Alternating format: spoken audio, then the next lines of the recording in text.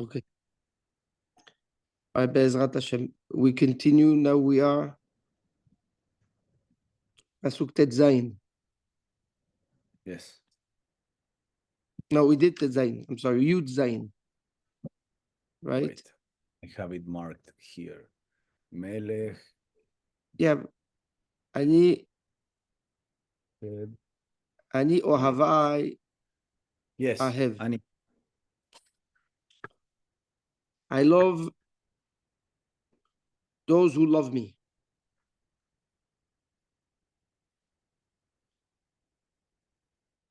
Umshaharai, and those who look for me quickly in the morning, milashon shachar, right? Shaharit, milashon shachar. Umshaharai, imsauneni will find me. Obviously, this is the Chokhmah continuing and talking, yes? The Torah and the Chokhmah Torah. It says the Gaon,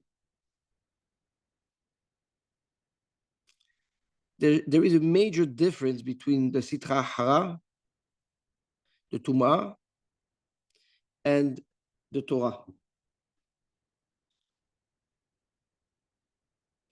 The Pasuk say in Devarim, Lo ta'avod et Elohehem.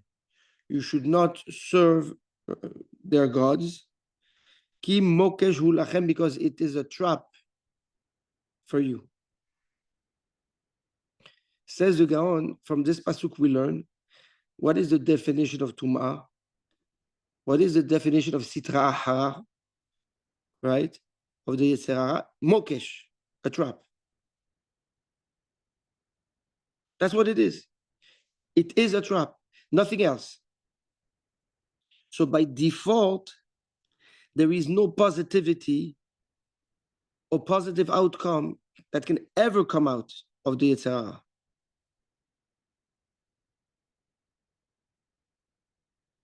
Because the essence of it is a mokesh.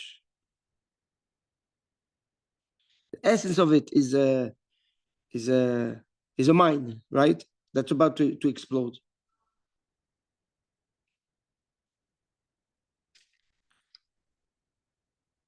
To the contrary, the Torah tells us,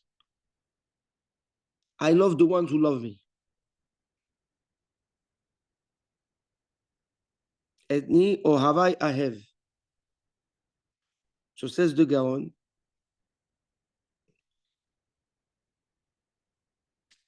the ones that love me,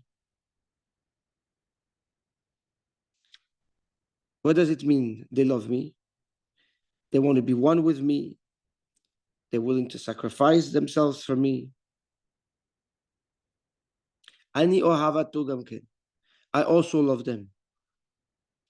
What does it mean the Torah loves you? I mean, the Torah will reveal itself to you in many ways that you may not deserve it. So it will sacrifice itself for you also.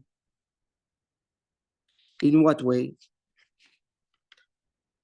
Says the Gaon, it brings osher, ashirut, richness, and kavod. That's the pasuk that we're going to see right after that. So, if someone is willing to sacrifice himself for the Torah also will sacrifice itself for the person. When you try to learn because you love the Torah, because you love the Chokhmat Torah, even if your intellectual capacity is not at the level to understand certain hidushim, certain secrets, the Torah will open itself and make sure it is understood, even though you might not be capable on your own to understand it. So he will open your mind, he will enhance your intellect for you to understand it.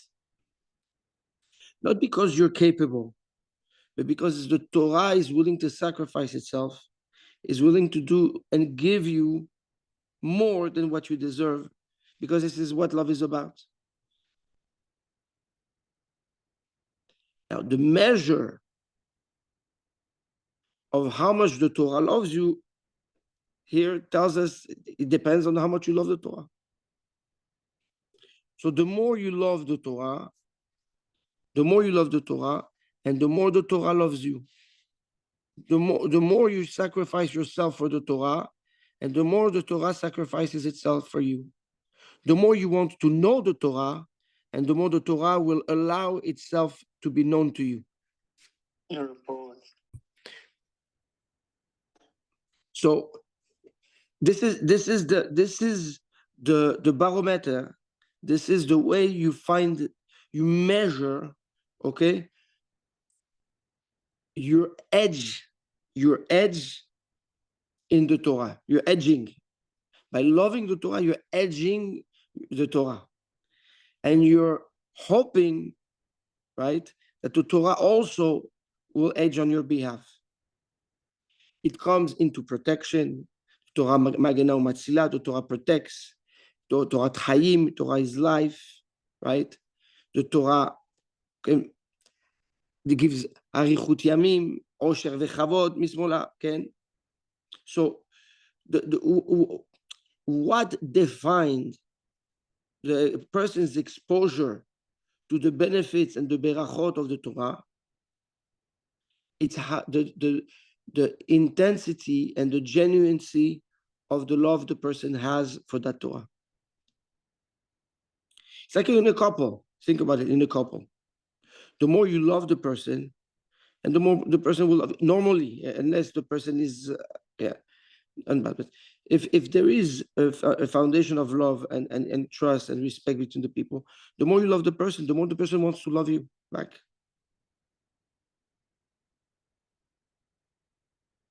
Yeah. Umeshaharai imtsauneni. And the ones that want to seek me, the ones that wake up early, that milashon shachar, right? The one that look for the light, right? Seek me will find me. He says this is another difference with the sitracha. The sitracha, you never see the tumah, you never see the light at the end of the tunnel. There's nothing to expect at the end of the day. There's no outcome. But what the tumah is willing to give you in order to trap you. Nothing else. Where the Torah says the Gaon,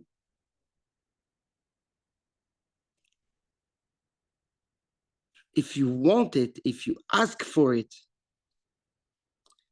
and you desire it, the Torah reveals itself for you to find it. You will end up finding it. You will end up connecting to it.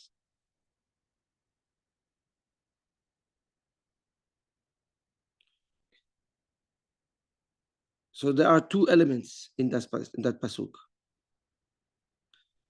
One element is the element of love, and the other element is the element of finding and accessibility to the Torah. So the more you look for it, and you want to find it, and the more it will reveal itself for you to find it.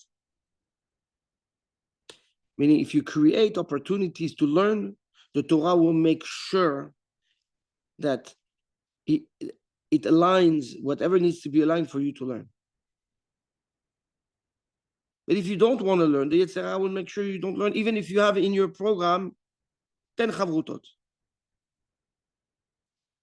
Yeah, your schedule of the day, you open your phone, every hour you have another chavruta. But if you don't want to learn, if you don't have the shachar, if you in the morning you don't have that motivation, right? You don't jump out of bed, right, to expect the day, the light, to expect the opportunity that comes to you, to expect to want to connect to the Torah, then the Torah shies away. It hides. It hides. So once again, we see there's a mirror effect between wanting and finding and loving on right. These are two parameters. Comes the Gaon, comes the Gaon, comes the Gaon, Shlomo Melech, the way the Gaon explains it, to teach us that you have 2 points of contacts with the Torah. One is to want it, and the other is to love it. And they're very different. One is to find so that the Torah is always accessible to you, findable, the accessibility of it. And the other one is the benefit of its essence and the outcome of it.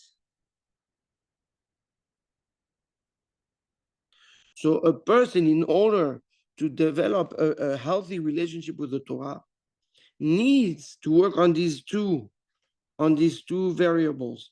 The variable of desire of the Torah and the variable of the loving of the Torah. The desire of the Torah is the excitement, also the sacrifice, okay, and the motivation. The love of the Torah is to be one with the Torah. Ahava gematria echad. Ahava is the numerology is 13, echad, right? When you love someone, you're one with it. If you are one with the Torah, the more you are one with the Torah, the more you live your life by the Torah, the more there is nothing else but the way of learning, of living by the Torah, and the more you benefit from the segulot of the Torah. The more the Torah will say, okay, if you are one with me, then I'm one with you. If I'm one with you, then you benefit from everything that I have. You're with me? So it's a mathematical equation. Yeah, for the bar mitzvah. Ava echad. Nachon. But it's more than that. It's not just bar mitzvah echad ahava. It's a way of life. It's an approach of committing to the Torah. You want to benefit from the segulot of the Torah. You want to benefit from the Birkot Torah. You want to benefit from everything that the Torah has to offer. So we would think that if you do something, then you trigger something else. Here the Gaon says better. He says that if you are, Shlomo Melech says better. He says if you are one with me, then I am one with you. If you love me, I love you. That's really what it means, right? If love is being one, and the Torah says, if you love me, I love you. That means that if you are one with me, then I am one with you. And if I am one with you, then by default, you benefit from everything that I am.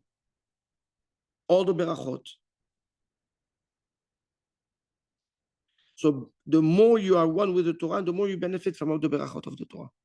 That's basically the Hiddush of Shlomo Melech. But it doesn't stop there. Next pasuk, there's much more benefits. That's just the beginning. Yes. It says in Imtsaeneni that it has an additional nun for the 50 gates. Nachon. Where did you see that?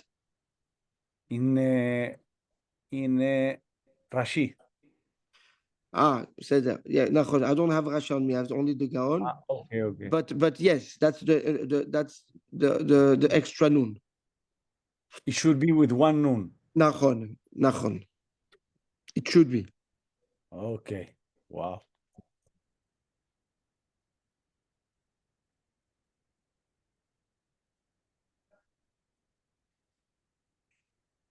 Yeah. Yeah, what Rashi means is that you will find me you will have access to the 50 gates of Chokhmah, Nun Shari Bina, the 50 gates of Bina. Total potential. Absolute potential. Absolute potential. Osher v'chavod iti, riches and honor belong to me, are with me. Hon atek utzdaka, unbelievable wealth and success.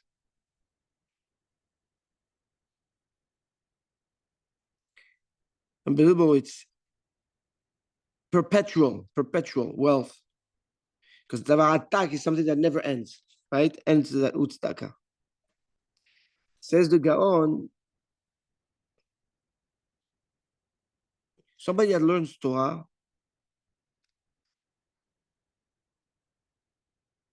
but not just learns Torah. Iti learns Torah with me. With me. Which means lishma. For me. Says the Gaon, is blessed with Osher v'chavod. This is the blessing of Osher v'chavod.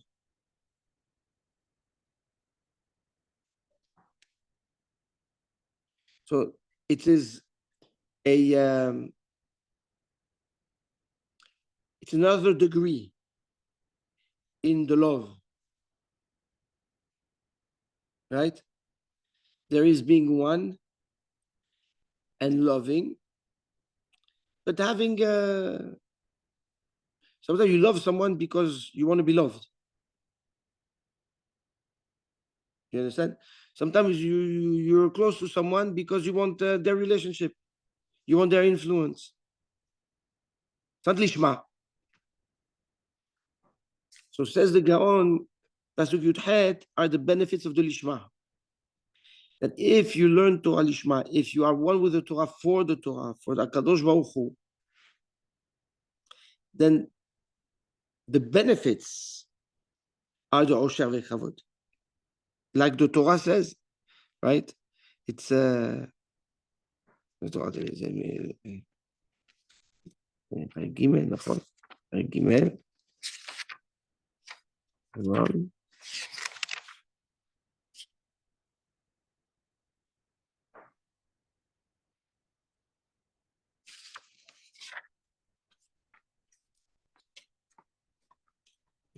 right.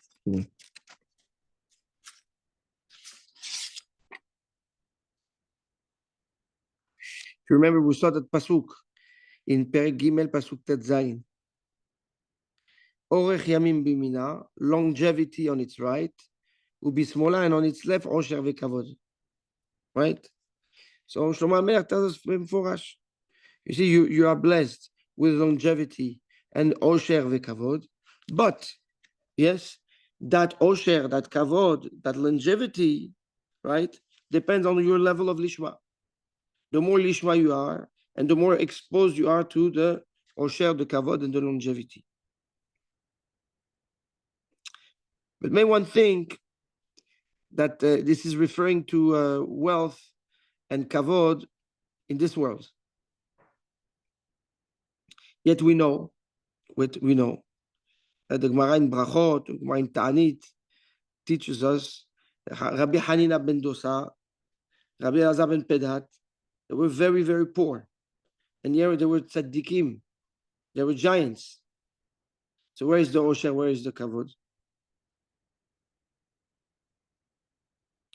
So he answers and he says, Iti, if you really love me, and if you really want to be with me, then you know the emet. And what is the emet? Le'olam haba. So if it's olam haba, then vaday that when we talk about osher and kavod, we don't talk about osher and kavod in this world. We talk about osher and kavod in olam haba. And depending also if Osher is Asameach v'chelko, he's Osher in this world too. נכון, נכון. It's נכון. not like But that's not the pshat here. The pshat here is milashon ashir. But yes, you're right. But here he wants Shlomo HaMelech is not addressing ashir asamer bechelko. He's addressing the word ashir as ashirut, okay. wealth, riches.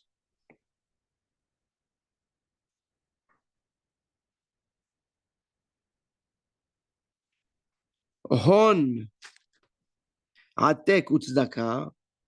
So with me is also perpetual wealth and tzedakah. Okay. Says the Gaon, says on atek usug yakar she'eno nimsa. Atek, what does it mean atek? It's something that's so valuable that it's very, very rare to find it. Hon means a lot, but exponentially a lot. So he explains, he says, the person benefits from a lot of what's very, very, very, very rare.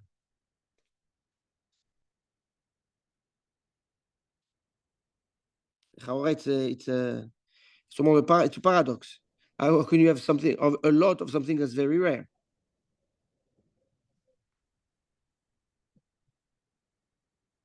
So he says like this. He says, what's very, very, very rare in this world, those mitzvot lishma, those moments where you are lishma, those moments where you are one with HaKadosh Baruch Hu fully, in Olam Haba, they are a lot. They are a lot. So even though it is true that you have you're not always at a fixed level, right? You fluctuate. Everybody fluctuates. Moshe Rabbeinu fluctuated in his own nevuah. But those moments that you grasp, those efforts that you put, translate in Olam Haba into enormous, uncountable amount of brachot. That's on attack. Here it translates also attack as to handed forward. So maybe you can hand it forward to the tzedakah, the richness, because lots of people are rich, but they are not capable of. So once again, so here, that's on atek. On atek utzdaka, when in Sefaria you can touch the word and gives you.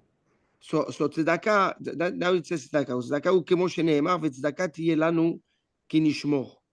What does that mean? Tzedakah, says the Gaon, is different than tzedek. Tzedek is justice. Okay? When you do tzedek, when you're just, you give the person what the person needs and not more. Tzedakah, it's tzedek with a he. Tzedek with the rachamim of Hashem. Meaning you do more than what the person actually needs. This is tzedakah, says the Gaon. Just like HaKadosh Baruch Hu gives us more than what we deserve, right?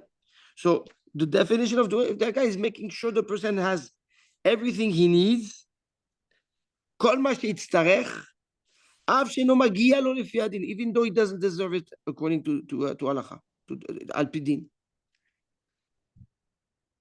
כל ההצטרכות, all needs mixed. So says Shlomo HaMelech, the Torah comes and tells us, whoever has learns and is with me, is one with me, and for the right reason, one with me lishma, right? So his benefits are what? That everything you do lishma, if you have lishma, everything you do lishma, all those moments of highs translate themselves in Olam Haba into riches that are countless. And more so, everything you don't deserve, you will get.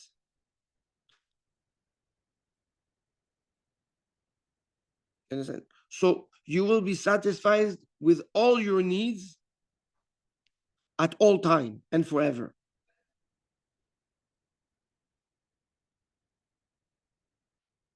This is the beracha of the lishma. Again, we're good.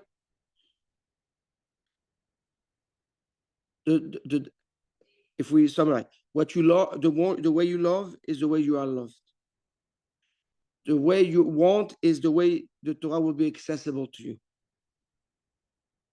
These are ways, point of connection, right?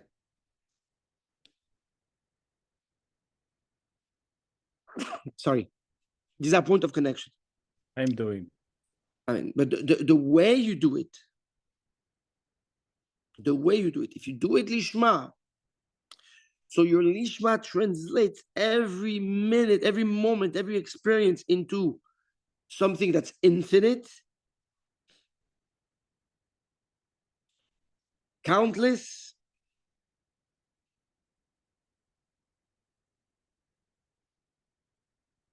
that's hon atak. You benefit of osher and kavod, which is the real osher and the real kavod in olam haba. But all your needs, even if after 120 years, the psak in front of the celestial court is that you don't deserve, the lishma of the Torah itself comes and covers the rest. I cover the shortfall, says the Torah. By what merit? Because you believed in me for who I am. You didn't use me. If you use me, it's not another thing. It's a trade, right? I use you, you use me. It's all good. It's transactional. If it's transactional, when it's finished, it's finished.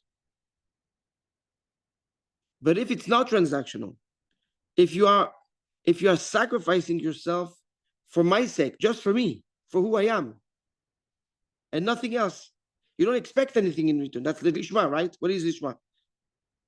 That you don't expect anything in return. And if it's not lishma and you use it, it could be counterproductive. Well, we stay positive. Yes, but we stay positive. We say that you're trying to get there, right? Okay. But it's still transactional. The moment it becomes lishma for me and it's no longer transactional, right? So you just empowered the Torah as the ultimate source of all, of beracha, etc. The Torah, we're talking, essentially, it's HaKadosh Baruch Hu, right? So even though after 120 years, when we do summary of the behavior and what the person gets and doesn't get in Olam Haba, there's what he gets, what he doesn't get, but also what he needs. Yes? Comes HaKadosh Baruch Hu, comes the Torah Kedosha, the lishma of the Torah, the lishma that you learned in the Torah, those moments of lishma, right? And they say, we cover the rest. That's tzedakah. The definition of tzedakah, according to the Gaon, is to relieve, right? The feeling of a need. You don't need anymore. It's all covered.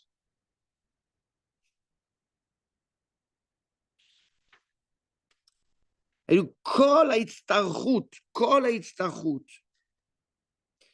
when this is the definition of the God, incredible. כל ההצטרכות, all the needs, נקרא צדקה. This is what tzedakah is. And he says, יותר מצדק. When you give someone that needs something, but not beyond, that's what you need. You need a meal for today. You need what X. I mean, okay, so I gave. No, that's tzedek. Tzedek. It's good. It's beautiful. But tzedakah, the tzedek, when you want HaKadosh Baruch Hu with you, and that's the hey, that's the benefit of the hey of the in the word tzedakah. You sacrifice yourself for the hey. You sacrifice yourself for HaKadosh Baruch Hu, right? So essentially, the lishma creates the hey in the word tzedek to make it tzedakah. And what is tzedakah? Is when HaKadosh Baruch Hu covers all your needs. So essentially, you uproot from yourself the sentiment, the feeling of a need. Imagine you live, you don't need anything. To a certain extent, it's crazy, right? To live like that, where you don't need nothing. אבל in עולם הבא, if you need something, it's almost a version of Gehinam. Imagine if somebody lives with a need forever. That need is never satisfied. Hashem Yishmor. Right? You understand what I'm saying? So that's the definition of tzedakah, and that's the beracha that the lishma triggers for someone. Yes, in Olam Haba. How do you define, or how do you realize, how do you monitor, or a KPI that when your Torah is lishma or not? We're studying now. I'm studying for the benefit of loving it, enjoying, wanna be. How do we define that's lishma or not lishma? And you're not transactional, and the Yetzer Hara is not doing like.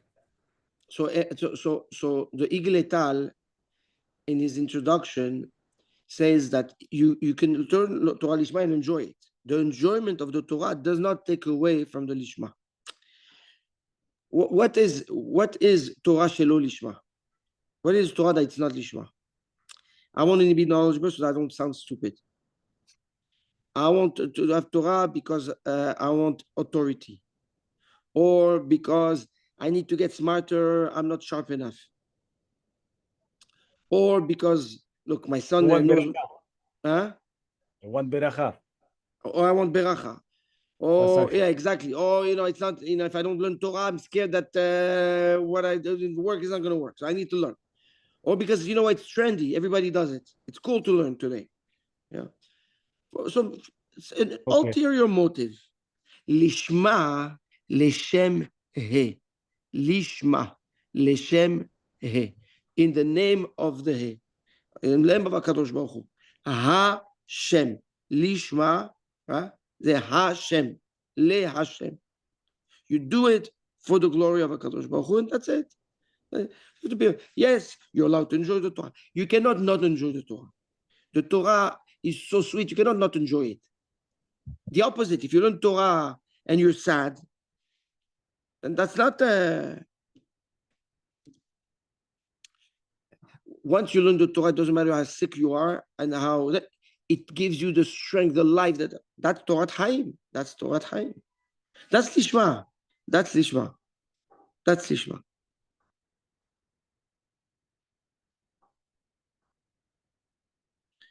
So this is what Shlomo brings forward for us in this psukim. But it requires, right, before you get to the Lishma, it requires two fundamental connections. One, the desire of it, so that it can be found. And two, the love of it.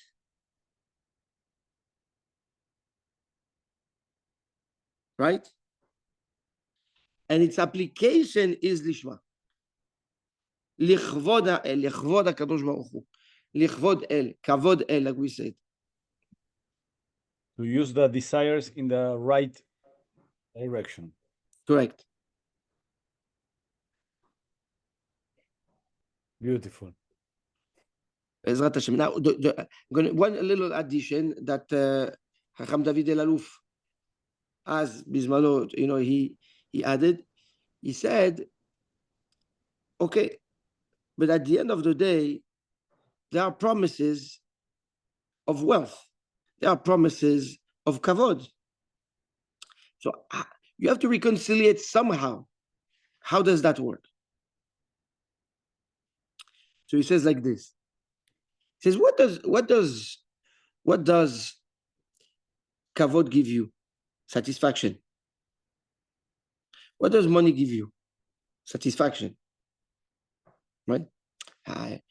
You feel good to be rich. You feel good to be important. The Torah, what does it do? Makes you feel good.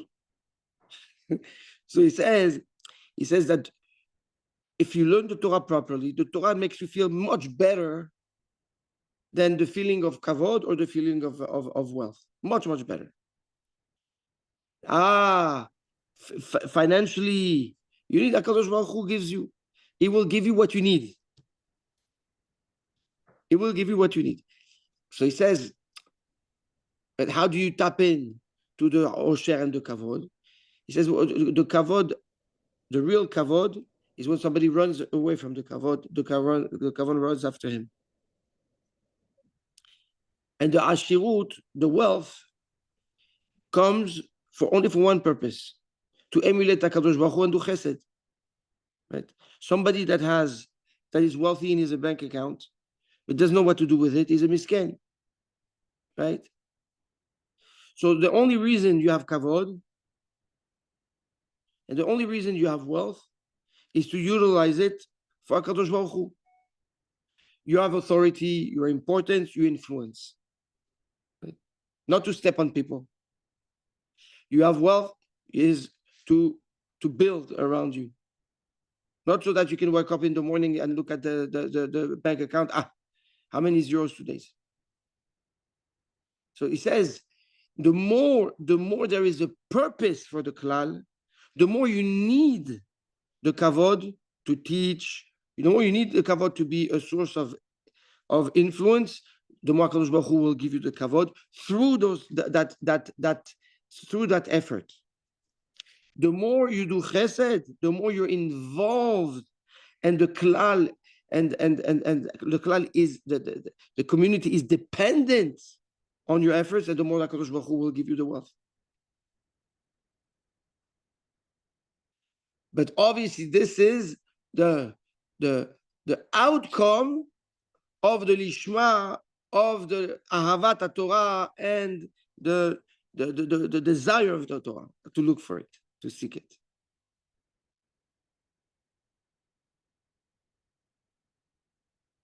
So now, the wealth comes from the Torah, the kavod comes from the Torah. It is for the Torah. So it's one cycle, right? Baruch Hashem. So it's all about the purpose, but it starts with the desire, the love, and the lishma, and then being influential in the keilah and responsible of the need of the keilah.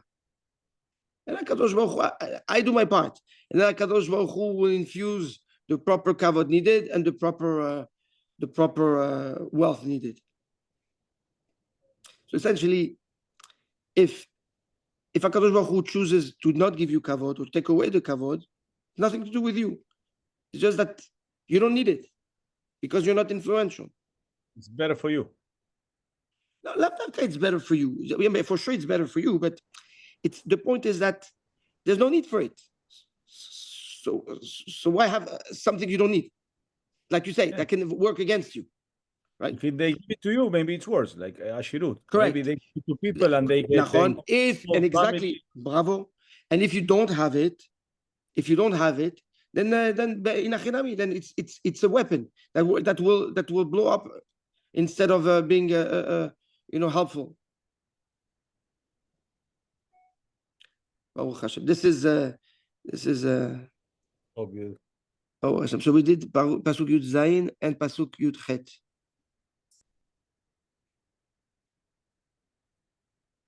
Beautiful. How are you feeling?